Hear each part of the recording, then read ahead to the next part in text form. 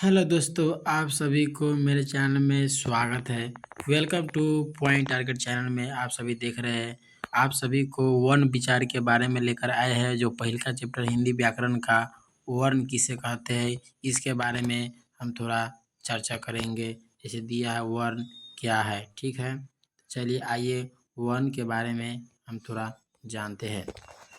वर्ण किसे कहा जाता है। तो दिया है भाषा की सबसे छोटी इकाई को हम वर्ण भी कर सकते हैं। मान लो कि भाषा के सबसे छोटा इकाई को भी हम वर्ण कर सकते हैं, और यह भी याद कर सकते हैं कि वर्ण उस मूल ध्वनि को कहते हैं जिसका खंड टुकड़ा नहीं किया जाए, उसको वर्ण भी कर सकते हैं। यह भी इसका आंसर होता है। जैसे में दिया है, आप लोग देख सकते हो, जैसे में दिया है अ, आ, क, ख, ग आदि, ये सब इसका जैसे में दिया है, ठीक है।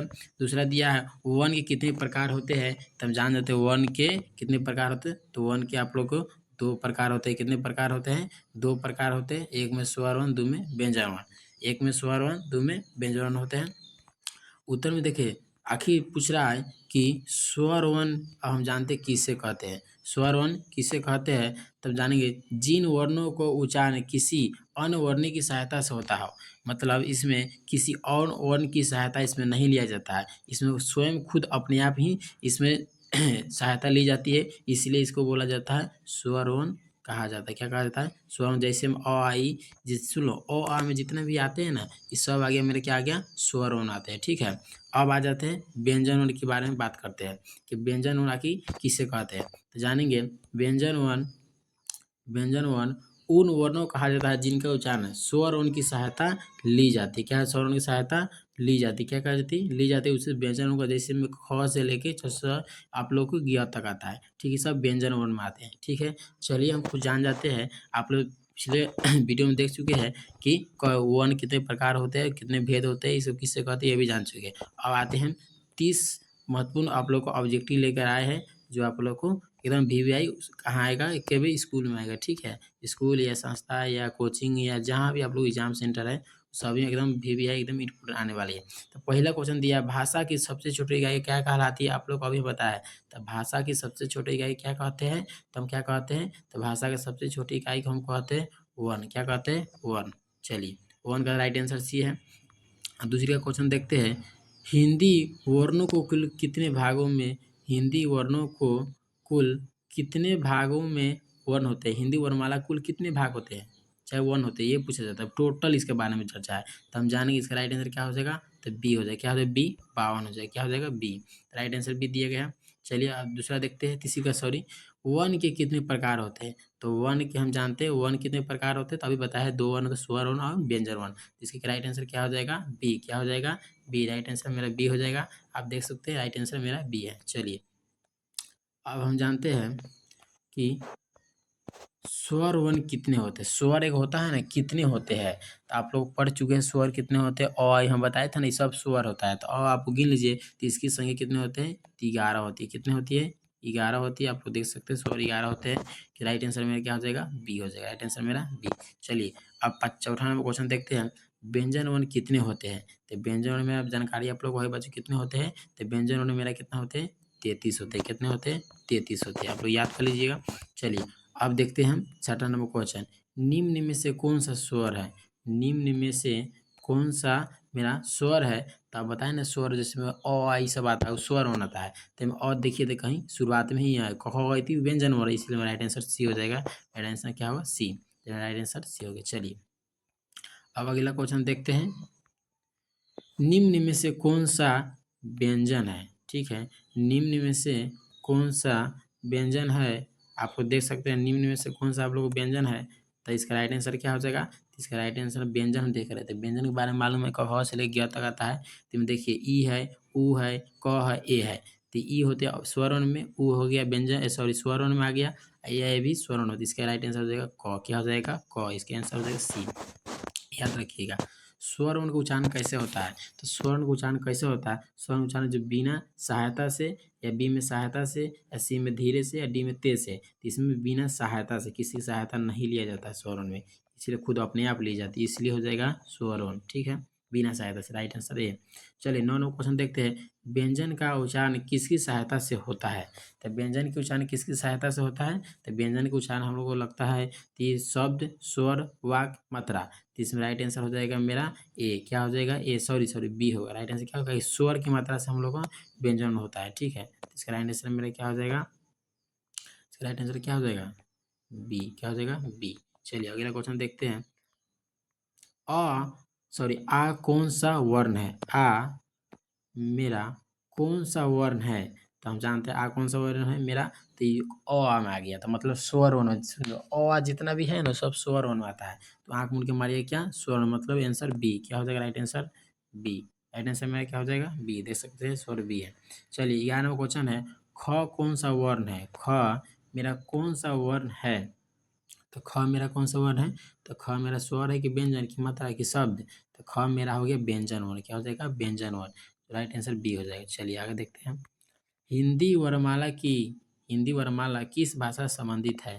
हिंदी वर्णमाला किस भाषा से संबंधित है? तो मेरा इसका ए में अंग्रेजी दिया है, बी में दिया है मेरा अंग्रेजी, ए में अंग्रेजी, बी में संस्कृत, डी में, सी में हिंदी, डी में उर्दू। तो इसका राइट आंसर क्या हो जाएगा? इसका राइट आंसर मेरा क्या हो जाएगा? डी, हिंदी। क्या हो जाएगा? इसका राइट आंसर क्या हो जाएगा? डी, हिंदी। क्या हो जाएगा? सॉरी, इसका राइट आंसर मेरा सॉरी सी हो जाएगा। क्या हो जाएगा? सी। क्या हो जाएगा? सी। सी हो जाएगा, ठीक है। मेरा आंसर क्या हो जाएगा? सी। आप देख सकते हैं सी हो जाएगा। चलिए अगले क्वेश्चन देखते हैं, निम्न में से कौन सा दीर्घ स्वर है? तो आप लोग को स्वर के ही दो प्रकार होते हैं, हर्षो एगो दीर्घो। तो दीर्घो में मतलब जो 12 अंक होता है बोलने की मात्रा लगता है, और जिसमें छोटा आता है, जैसे मतलब पहिलका दिया, दीर्घ मतलब आ गया पहिलका अ, फिर आ। तो पहिलका है ना, जितना पहिलका है ना 1 नंबर वाले सब हो जाएगा कथी? हर्ष स्वर। दूसरा नंबर पर दीर्घ स्वर, तीसरा नंबर फिर हर्ष स्वर, इसी तरह करना है। तो हम कहते हैं दीर्घ स्वर। तो अ मेरा हो गया पहिल का, तो नहीं हुआ, ई भी छोटा है, हमको सी आंसर लगता है, क्योंकि सी हो गया थोड़ा बड़ा, बोलने में ज़्यादा समय लगता है, इसलिए इसका राइट आंसर हो जाएगा सी। क्या हो जाएगा? सी, मतलब आ। अब पूछेगा री क्या है? तो री में पूछेगा री क्या है? तो री व्यंजन है, स्वर है, मात्रा या शब्द है? इसका राइट आंसर क्या होगा? तो इसका राइट आंसर आपके बता सकते हैं क्या हो जाएगा? इसका राइट आंसर बी दिया है, जो स्वर है। क्या है? स्वर है। क्या है? स्वर है। चलिए आगे देखते हैं, निम्न में से कौन सा हर्षव है? हर्षव। तो हर्षव दीर्घ आप लोग को मालूम ही होगा। हर्षव मतलब जो पहिलका अंक होता है, जो मतलब बोलने में कम समय लगता है, जैसे बड़ी, छोटा ऊ, बड़ी, छोटा ई, छोटे ई। तो ये सब देखो, ए नंबर है जो 12 है, बी भी 12 है, डी भी 12 है, बाकी छोटका जो है ना ई, छोटा है। क्या है? छोटा है, इसलिए इसका राइट आंसर हो जाएगा क्या मेरा? सी। चलिए अगला क्वेश्चन देखते हैं, निम्न में सॉरी हिंदी वर्णमाला का पहला वर्ण कौन सा है? हिंदी जो वर्णमाला हम लोग लिखते हैं उसका पहला वर्ण कौन सा है? तो हमको तो लगता है आप लोग मालूम है, क ख पढ़े हुए हैं, तो आप लोग क होगा कि अ कि आ, तो हमको लगता है क। राइट आंसर लगता है क। सॉरी, इसमें अ दिया है, इसलिए अ दिया है कि हम लोग पहले पढ़ते हैं ना, तब जैसे वर्ण कितने प्रकार का होता है? 2 प्रकार का होता है।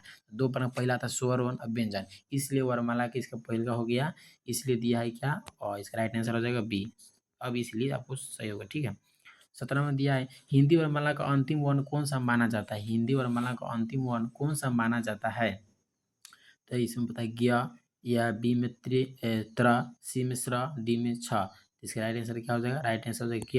इसका राइट आंसर क्या हो जाएगा? ज्ञ, जो इसमें सॉरी, राइट आंसर हो जाएगा क्या? ज्ञ। क्या हो जाएगा? ज्ञ। आप लोग देख सकते हैं राइट आंसर मेरा ज्ञ हो जाएगा, जो कई नंबर पर है? ए नंबर पर मेरा राइट आंसर हो जाएगा, ठीक है। चलिए अगला क्वेश्चन देखते हैं, ए आई सॉरी ए आई, आई है क्या? ए है। क्या है? ए कौन सा स्वर है? तो ए हर्ष हो कि दीर्घ हो? ए हमको लगता है ए, आई बेसी हो जाएगा। देख सकते हो जो है ना, ऐसे ए आई ये सब है ना, ये मेरा हर्षो हो गया, ठीक है।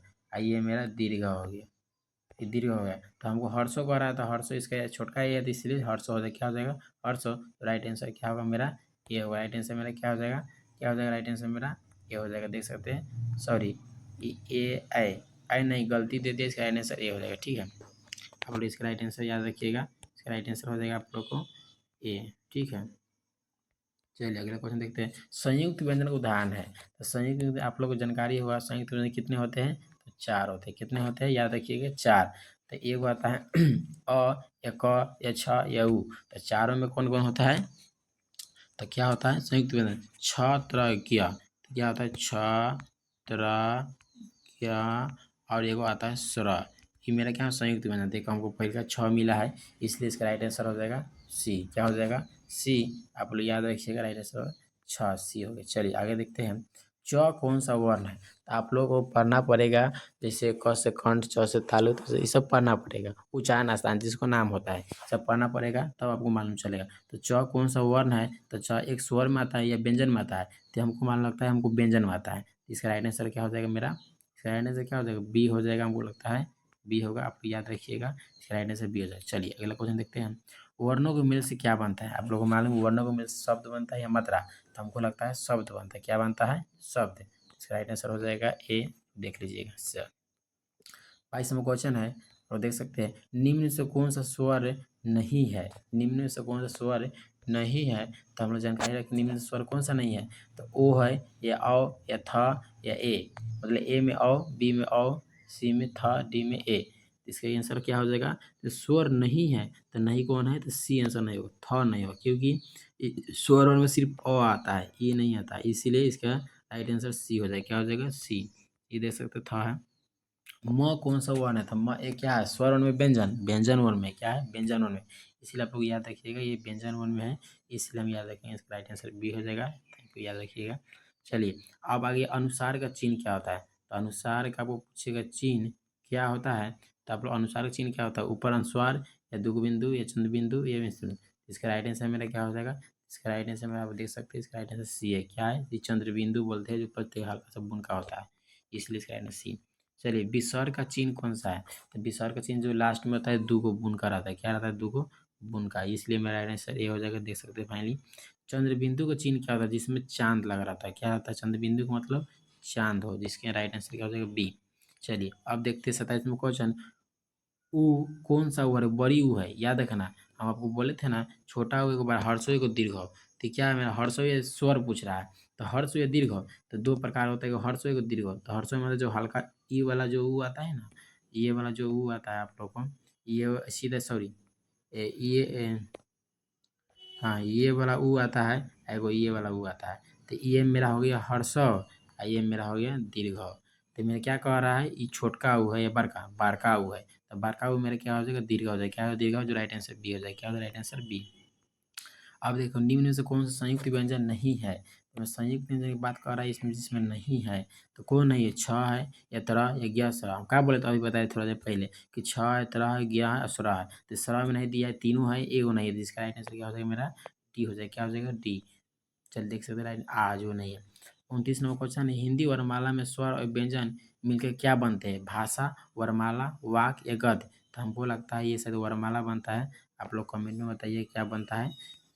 वर्णमाला ही बनता है, आप लोग याद रखिएगा। चलिए लास्ट क्वेश्चन और है, ज्ञ कौन सा? ज्ञ जो मेरा है ना, कौन क्या है? मतलब क्या है? इसके बारे में क्या दिया गया? स्वर में आता है या व्यंजन में आता है? हम बोले थे ना क से ज्ञ तक ये क्या है? मतलब संयुक्त व्यंजन भी आता है या मात्रा? व्यंजन नहीं पूछ रहा क्या है, तो एक मेरा क्या है? व्यंजन रूप में आता है शायद, हमको लगता है। नहीं, देखिए व्यंजन वर्ण पूछता था व्यंजन होता, लेकिन क्या कर रहा है? संयुक्त व्यंजन जो क्या है? छ तरह ज्ञ अभी हम आपको बताए थे कि ऐसे बताए थे, छ तरह सॉरी ऐसे आपको नहीं बताए थे थोड़ा देर पहले, ऐसे छ तरह ज्ञ अप्सरा। तो इसमें क्या मेरा ज्ञ दिया है? क्या दिया है? ज्ञ दिया है, इसलिए मेरा राइट आंसर हो जाएगा क्या? राइट आंसर मेरा हो जाएगा, क्या हो जाएगा? क्या हो जाएगा? संयुक्त में सी हो जाएगा। राइट आंसर मेरा सी हो जाएगा। थैंक यू आप लोग को इतना वीडियो देखने के लिए, और अच्छा लगा तो वीडियो को लाइक और चैनल सब्सक्राइब जरूर कर दें। फिर मिलते हैं नेक्स्ट वीडियो में, तब तक के लिए जय हिंद जय भारत। आप लोग चैनल सब्सक्राइब कर